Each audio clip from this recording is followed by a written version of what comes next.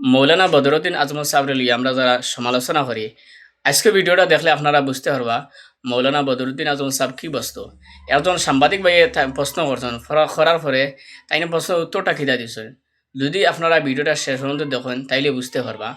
আর যদি ভিডিওটা ভালো লাগে ভিডিওটা শেষ পর্যন্ত দেখে যাইবা। চলুন দেরি না করি আমরা ভিডিওটা শেষ পর্যন্ত দেখিলাই।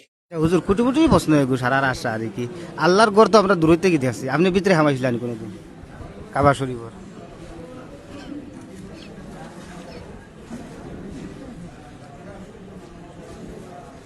এটা ইমোশনাল জিনিস তুমি তাই মিডিয়া চিকাইও না।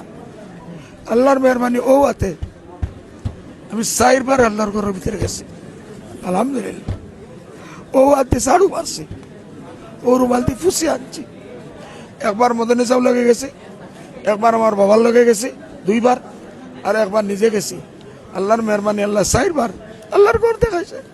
ঘর বারে থাকি নাই, ভিতরে থাকিয়া আল্লাহর ঘর সাফাই করবার, জমজমার পানি আনবার আল্লাহ তৌফিক দিতেছে। আল্লাহর গৌরব ভিতরে থাকি, আল্লাহর শুকর।